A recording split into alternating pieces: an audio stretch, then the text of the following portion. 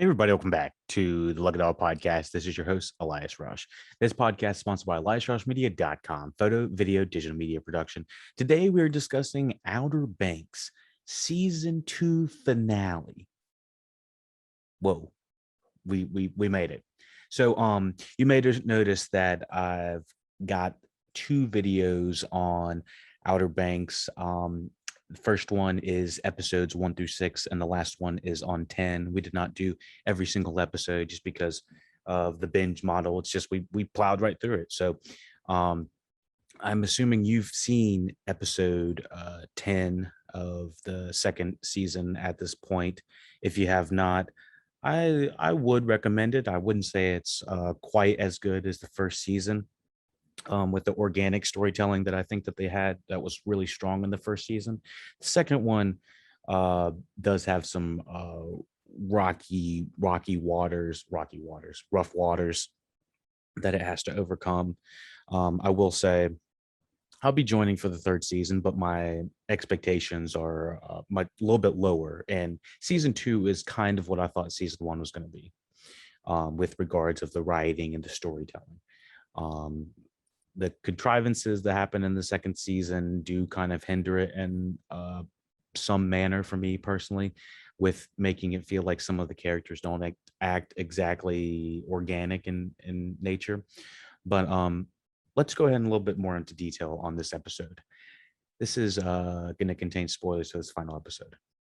The Coastal Venture, Season 2, Episode 10, directed by Jonas Pate, written by Josh Pate, the brother, and Shannon Burke. John B., Pope, JJ, and Kiara brace for a showdown on board the ship while Sarah realizes the harsh truth of her distressing family situation. So to kind of round up a little bit, there's a bunch of different plot lines going on throughout the season. You know, they had the Pope and Kiara, they had the John B. and Sarah C. The will they, won't they? They even brought a little bit of the Topper into the mix. I will say I thought there was some rocky waters when it came to how John B. and Sarah were treating each other throughout most of the second season. I didn't feel like it was necessarily organic or made 100% sense to how much they had been involved in this series. So with saying that, I wasn't as big of a fan of these two in this one. It felt way more of a young adult novel, young adult adaptation than it did, not novel, but it felt like a young adult adaptation for a show than something more or less cinematic. And so with saying that, I gotta say, let me charge my phone while I'm doing this. Um, so with saying that, I gotta say that the Pope and Kiara stuff that is happening throughout this season is kind of rocky as well. I addressed it in the one of the first episodes when we were covering the episodes 1 through 6, and I was just like, I'm not crazy about what they're doing here. And so it felt like Kiara and Pope were way more friends, and it was the will they, won't they, and then they finally did, and then it was like she kind of pulls back, and then there's just like a whole bunch of stuff that is going on with the hormones of these kids in this show. I know that in real life that they're like 30 years old and 25 years old, but still it feels, I guess it feels right to the age that they're at. It just it's frustrating to watch at some points. That was my problem. Um, and the way this last episode ends, it has them all on the showdown boarding this ship. So throughout the episodes, toward the end of the season, they find out that Pope is related to the what is his name? What is it? Danny. What is the name? Danny. Oh my gosh, what is his name? I'll find out in 2 seconds. Danny. Isn't his name Danny? Outer Banks. Netflix. I thought his name was Danny. Anyways, oh, Denmark. Sorry, Denmark. I think it's, yeah, Denmark. Is it Denmark Tanny? Okay, so yeah, it is Denmark Tanny, I believe. I knew what did I say it was?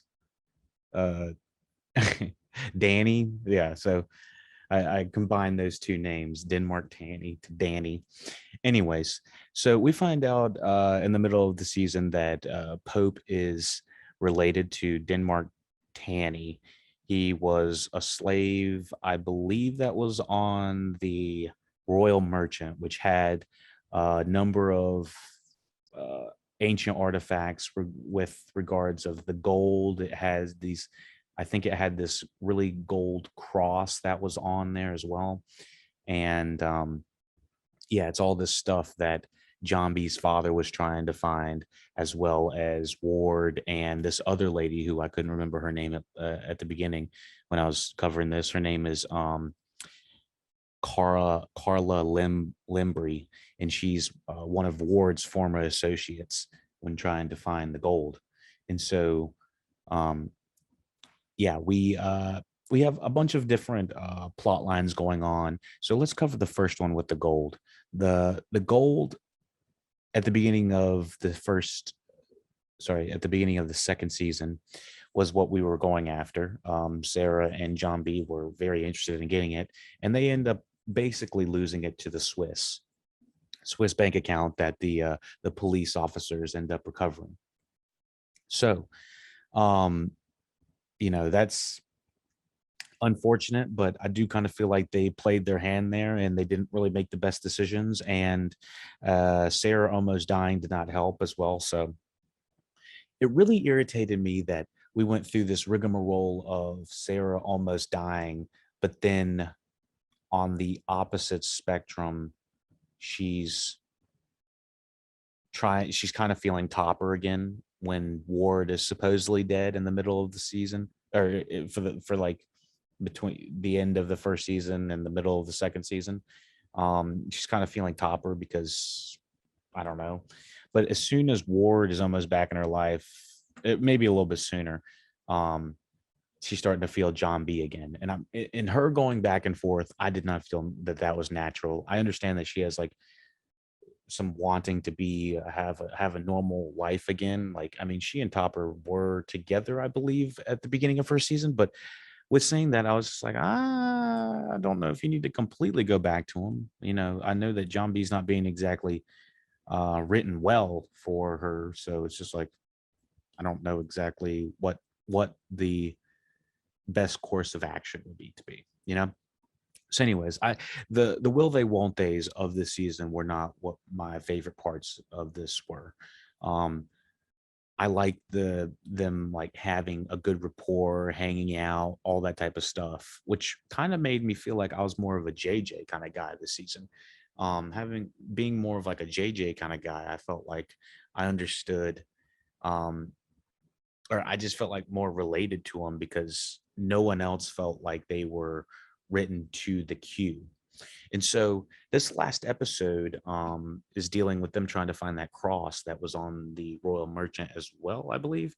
And they find the cross in like episode 8 or 9. And it's really intense. It's exciting. It's them trying to find, uncover all these clues and stuff like that, like Hardy Boy style and whatnot. And I enjoyed all of uh the mystery stuff is always a lot of fun, and them trying to like evade people and all that is really cool. Yeah, I feel like they really fuck up Pope's character. I mean, in this they kind of have this small through line of like Pope is taking back what is rightfully theirs, and it feels a tad bit patronizing in a way. I mean, at one point towards the end of this episode, I'm going to kind of just like talk about this episode and the full season all in one, back and forth, just because I'm kind of getting my thoughts out. But they do have him do what looks like the Black Power fist in the air, which I have, I'm all for it, but it just felt like out of nowhere that he's just like all of a sudden trying to, quote unquote, reclaim what's his. And technically it is his because uh, it was his grandfather's or whatever, great grandfather's, but it just felt really mm, cringy in a way. And I couldn't really exactly put it put my hand on it, and so put my finger on it. But so anyways, they are on this ship. The Camerons are on this ship.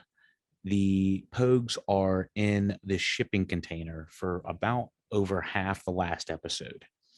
And John B is trying to save Sarah, and Cleo happens to be on this ship as well. She's working a ship. It's like a shipping container ship, a cargo container ship, and they have this gold $500 million cross on the ship. And Rafe and his mother, or his stepmother, and Wheezy are all on the ship as well. And so it creates a really interesting scenario. And of course, we're ending the season on a ship again. But my only critique about it would be maybe that it felt like they were stuck in this shipping container for a little bit too long.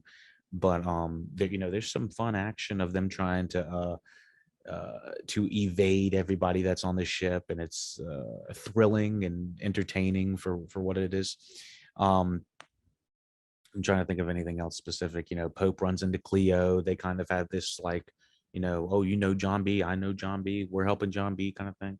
um and then Sarah runs into um her father, and we basically I mean, so Sarah is drugged at the end of at the end of episode 9, and forced onto this boat. And when she wakes up, she sees her father, Ward, and he is like, I'm sorry, I had to fake my death, so it was the only way we could all be together and stuff like that. And I kind of had a feeling at one point that Ward was going to be alive. I wasn't 100% sure, but I was like, there's something in the back of my mind that felt like we didn't see the body. And there is some, like, parts that we see of the stepmother. I don't remember. Is it Rose? Is Rose the stepmother? Um, Cameron's. I don't know what Ward's Wheezy. Monic Ropes, Widow of Man. Deputy Plum. I don't know Key's mother. I don't know where Sarah Cameron, Figure Eight, Kooks, Pope Hayward. I don't see Mrs. Cameron. I don't see Mrs. Cameron's name on here. Wow, I can't find it. Anyways, so Mrs. Cameron, yeah. What were you saying? So anyways, so Mrs. Cameron gets like this letter in the mail, and we are like, what the hell's going on? She like drops to her knees, and I think that's when she finds out what the actual plan is. But Rafe knew about it the whole time, and at the end of season 1, I believe, he's acting like his father is like dead and stuff like that. I know that I don't think there's any confirmation, and I'm trying to see if this was like a rewrite at first. I wonder if they had this plan the entire time. But that's just kind of my 2 cents. I do feel like Rafe and his father are so reckless in this season. Ward especially is just like, does not give a shit. He is um you know Ward is trying to eliminate all the footsteps, that all the things that would track him back to what he's done in the past year, all the way back to John B's father and whatnot. But yeah, so it is a hell of a last episode. So long story short, um, you know, the Pogues are trying to take on everybody on the ship and take Sarah back, as well as getting the cross as well. The cross ends up being something they have to let go. Pope is almost about to get the cross. The cross is like dangling the from the ship on a crane over the water, and it's like he has one or two options. and there's this uh, Pope is trying to put the cross on this like lifeboat that is on the side of the container ship that all the Pogues are in, trying to save everybody, but it ends up becoming either the cross or his friends, and so Pope's like, if I can't have it, nobody can have it, and he drops the thing down, and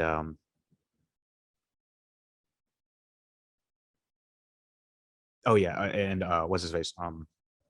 Rafe. I was trying to think of his name. Rafe grabs the. So anyway, uh, let me cancel this.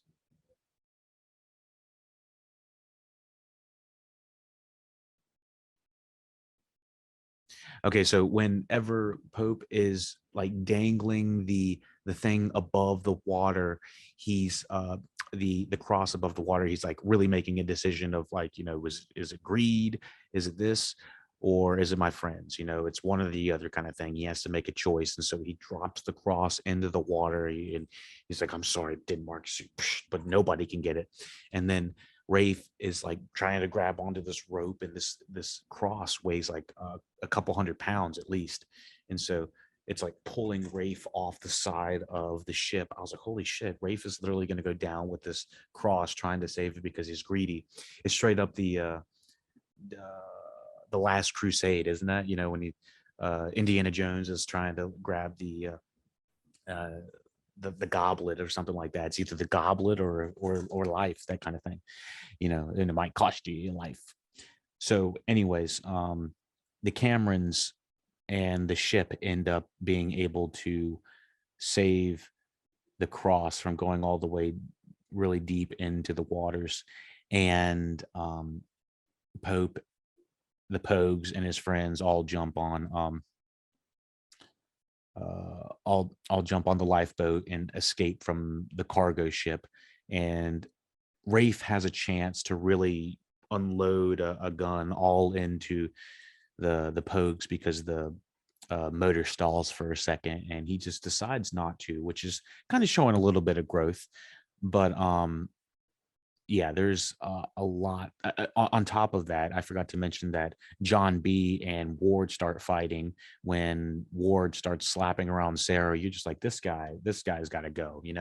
And um what's it, John B and him have a knockdown, smackdown. He's like,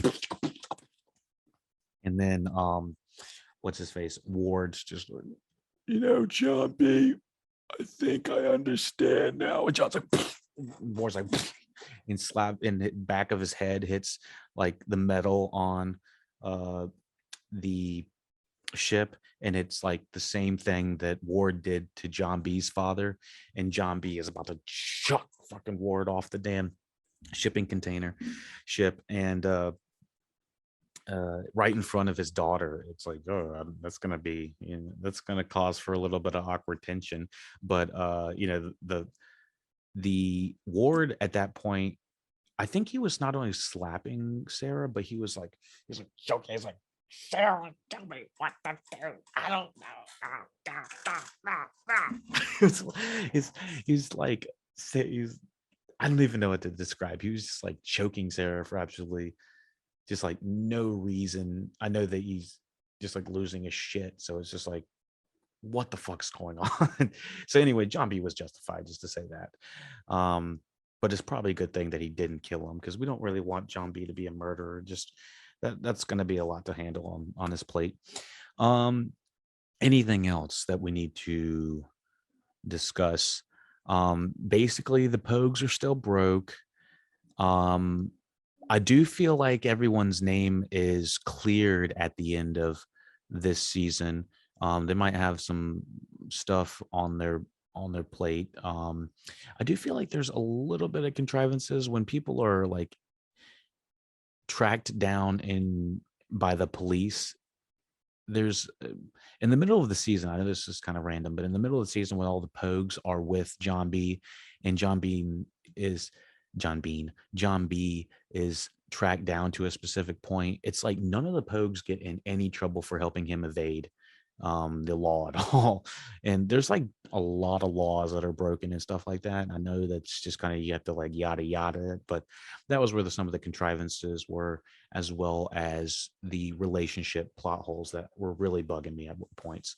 Um, that I just thought that I didn't like how Kiara was written in this entire season. Kiara was one of my favorites in the first season, and when it came to the second season, they really made her just so whiny. I felt like she was making dumb decisions from the first episode. She's leading Pope on and then deciding to kind of go back on it, and then kind of going back. Is the will they won't they kind of thing.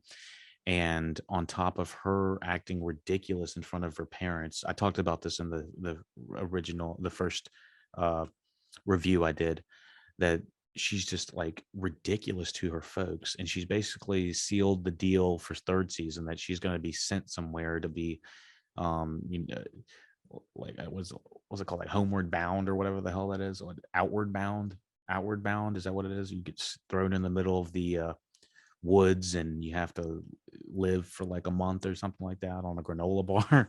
I don't know. My brother had to do that shit. He told me it was crazy. They drop you in the middle of the woods and they tell you to basically live off the land, and you got to go to a certain point and you you win, I guess. I don't know. It's not like you win or lose. It's just like a mind building exercise for people that are, have had some trouble back in the day or something like that. And I don't really know if that really helped my brother. I know it definitely made him see some perspective, but it's going to be interesting if that's what they're going to do to Kiara next, the next episode, the next season. So yeah. Anything else we need to find out or that we need to talk about? So there's a twist at the very end that I didn't really talk about, which is one of the lowest points I've not the lowest points. It's a part that I was not really crazy about the season. It was the Carla Limbry um, character. She was the ward's former associate that was basically extorting Pope and the Pogues, and beating up Pope's family and kind of giving really racially and super insensitive remarks and stuff like that. And then Renfield ends up getting shot by Renfield ends up getting shot by Carla, I think. But then Rafe doesn't help her up. Yeah, I think that was um how the crossover went. Whenever there's two sections of bad guys, normally one of the bad guys is going to betray the other one. So let me see what else we got. I've enjoyed the Drew Starkley as Rafe Cameron. The dude is acting insane, and they keep season 2 definitely needs to be called, like, I think there's something wrong with Rafe, because the dude is on one. But I really like his like troubled performance, and it feels real, as well as what is his name? Uh, the one guy that always calls him Barry, his drug dealer. He was pretty funny. I like Barry. He's always calling him Country Club and shit like that. So yeah, there's this twist with Carla Limley's character throughout the entire season. I wasn't too crazy about it.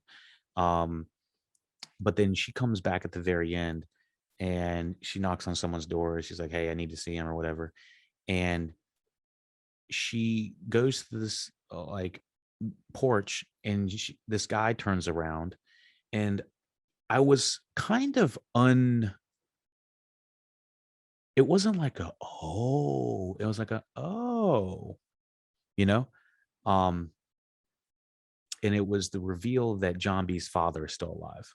I just had a feeling the entire time his father was still alive. I never really felt like he was dead, just because they were kind of they just kept telling us that, but not really showing us that. And we kind of see his father like marooned on an island at some point, but we don't exactly see where he is. So it's going to create a different dynamic having Big John B in there, or Big John, um, back into the story. I hope that they're able to kind of smooth out some of these. I don't know how exactly to call them, but smooth out these plot contrivances that really were irritating me, stuff such as like the Kiara just kind of like, you don't understand me, you don't understand the Pogue life and all these opportunities you're giving me. I just don't wanna. It's like, what the fuck? It's like that's not a good excuse.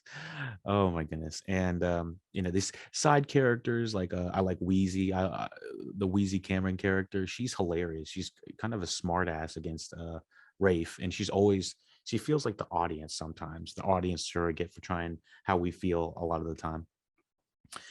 Let me see what else we got. I think we got about it. There were small scenes in this second season that I appreciated. Um, Small things and scenes like the part where Sarah dies and the doctor's in there and or the vet guy, I don't remember exactly what he was. He's like, it's up, time's up. We can't do it. We're not going to save her, that kind of thing.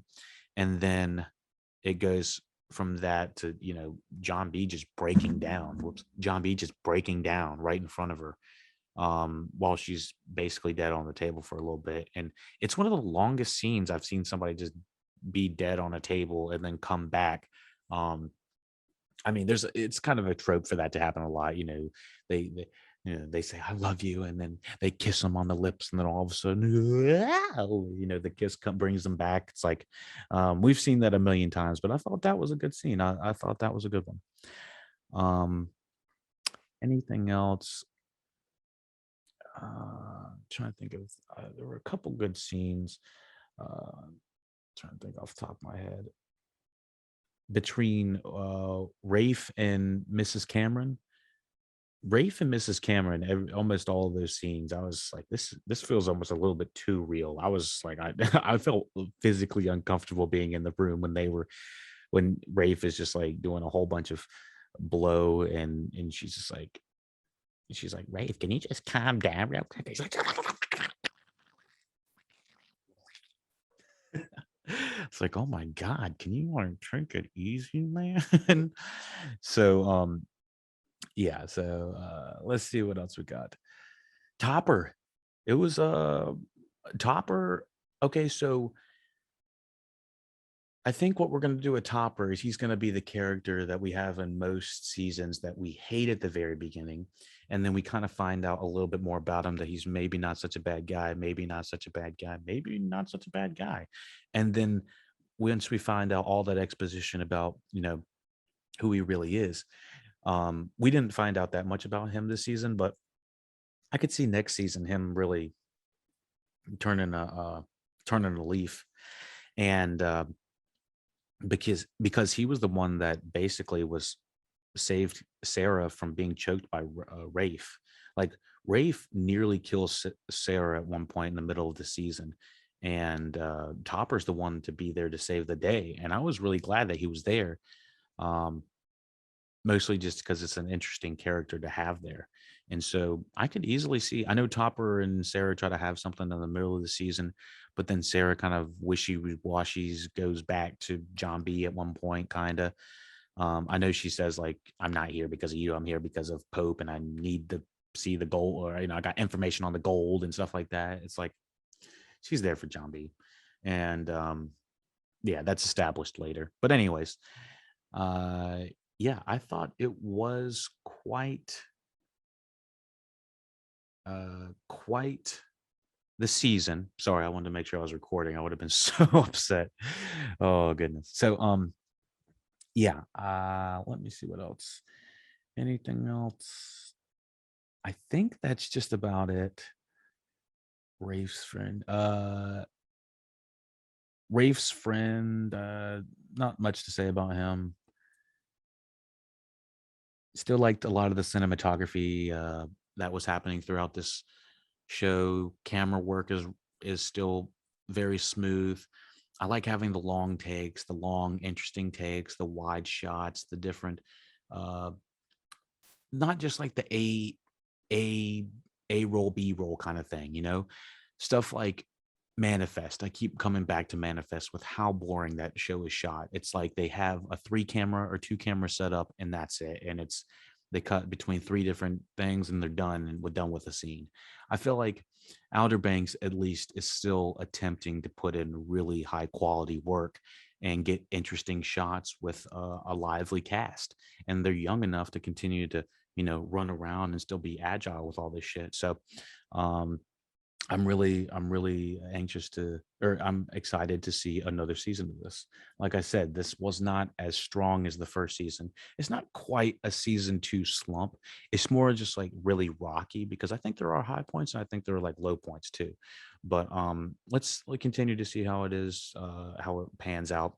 I will say that I saw some interesting stuff on here that this was originally supposed to be shot in Wilmington, North Carolina, but because of the HB2 bathroom bullshit that they had, um, that they said we're going to shoot in Charleston. So they might actually just only be shooting in Charleston the whole time. Let me see anything else. Oh yeah, I also saw. I don't remember if I mentioned this in the first, in either of the other reviews. A North Carolina teacher and author named Kevin Wooten filed a lawsuit against Netflix and the creators of Outer Banks, claiming they stole the plot of his novel, Pennywise, The Hunt for Blackbeard's Treasure. Let's kind of see what this is, honestly. I wanted to. Pennywise and the Hunt for Blackbeard's Treasure. Let's see what the premise is for that.